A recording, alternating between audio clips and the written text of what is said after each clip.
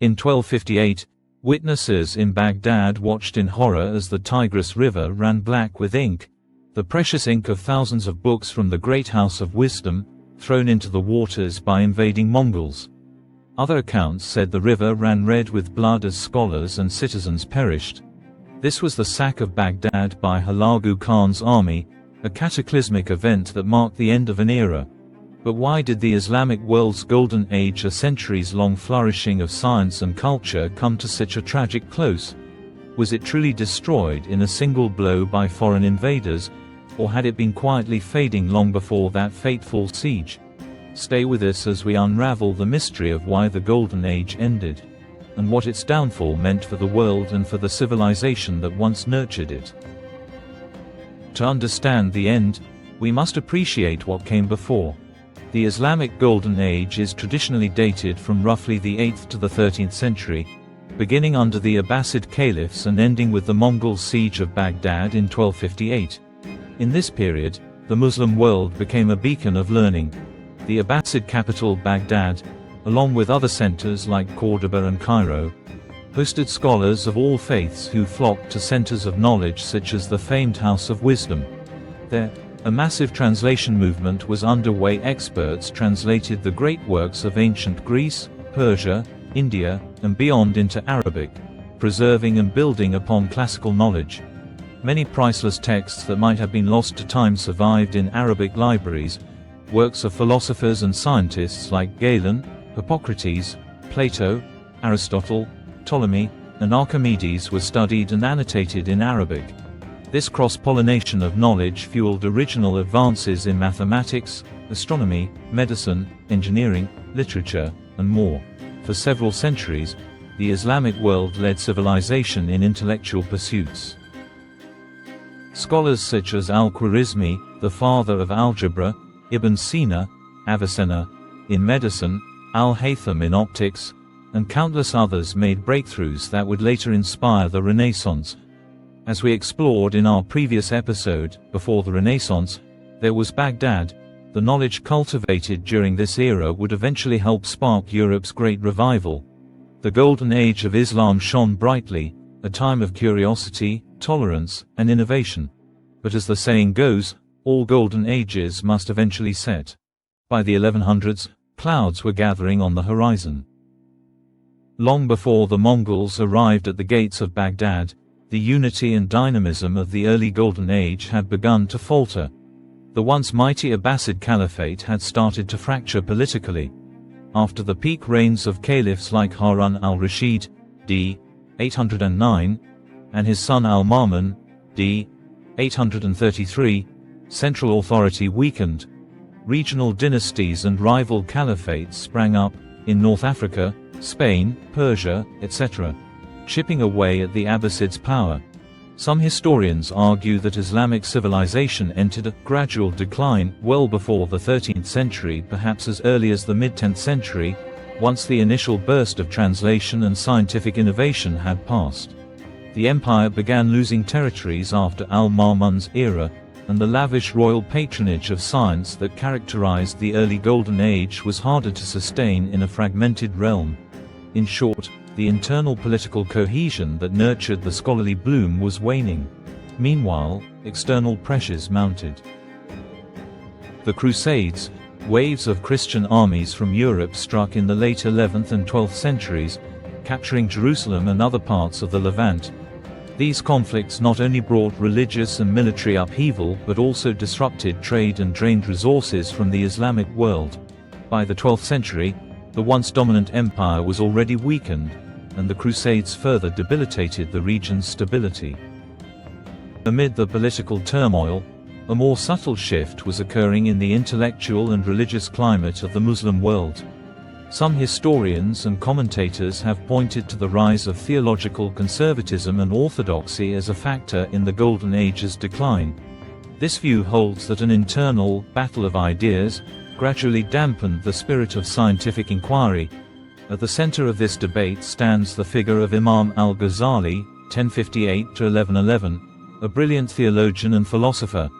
Al-Ghazali is famous for his work Tahafut al-Falasifa, The Incoherence of the Philosophers, in which he critically examined the Neoplatonic philosophy embraced by thinkers like Al-Farabi and Avicenna.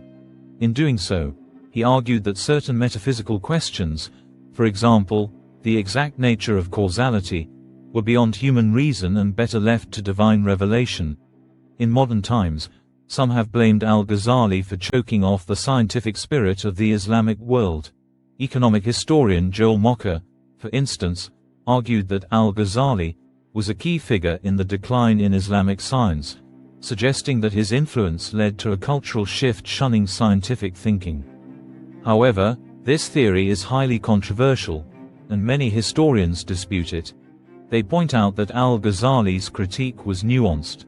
He did not reject science or rationality of wholesale. In fact, evidence suggests al-Ghazali was an admirer of philosophy in general. His criticism was aimed only at certain philosophical claims that contradicted Islamic theology. He sought to defend spiritual truths against what he saw as overreached by the philosophers, but he did not declare mathematics, medicine, or astronomy to be forbidden. And notably, the scientific enterprise in the Muslim world did not collapse after al-Ghazali's time, far from it. Scholars like Ahmad Y. al-Hassan have rejected the idea that orthodox theology stifled science, noting that scientific work often continued independently of religious debates. Instead, they examine economic and political factors, drawing on insights from the 14th century thinker Ibn Khaldun, to understand the decline. In the winter of 1258, the Mongols descended upon Baghdad as a direct reaction to what they saw as the Abbasid Caliph's fatal defiance.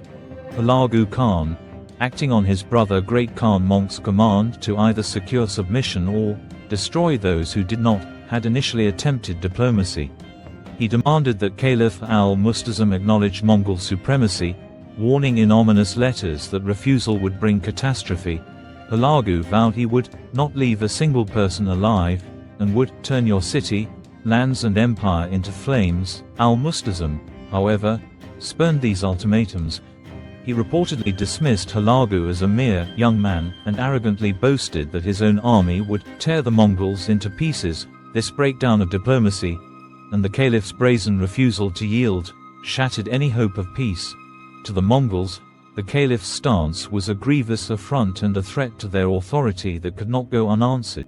Enraged by al-Mustazim's perceived treachery, Hulagu mustered his massive host and marched on Baghdad, resolved to make the city an example. The siege that followed was swift and merciless. By February 1258 the walls were breached, and Baghdad fell.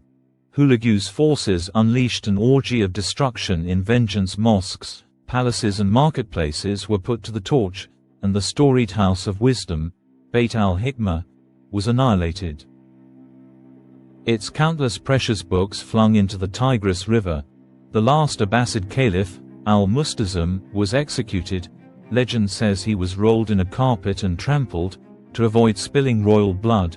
The Abbasid Caliphate, the political backbone of the Golden Age, was no longer. It was as if a great flame had been extinguished in a single, violent gust. For many historians, this siege of Baghdad in 1258 is the definitive marker for the end of the Islamic Golden Age. History rarely offers a neat, singular ending. Ironically, the very conquerors who destroyed Baghdad would, in some regions, become patrons of Islamic culture themselves. The psychological impact of the Mongol trauma was immense. An era of optimism and curiosity was replaced by an era of rebuilding and caution. Many of the surviving scholars fled westward, to Mamluk Egypt, for example, or east into Persia.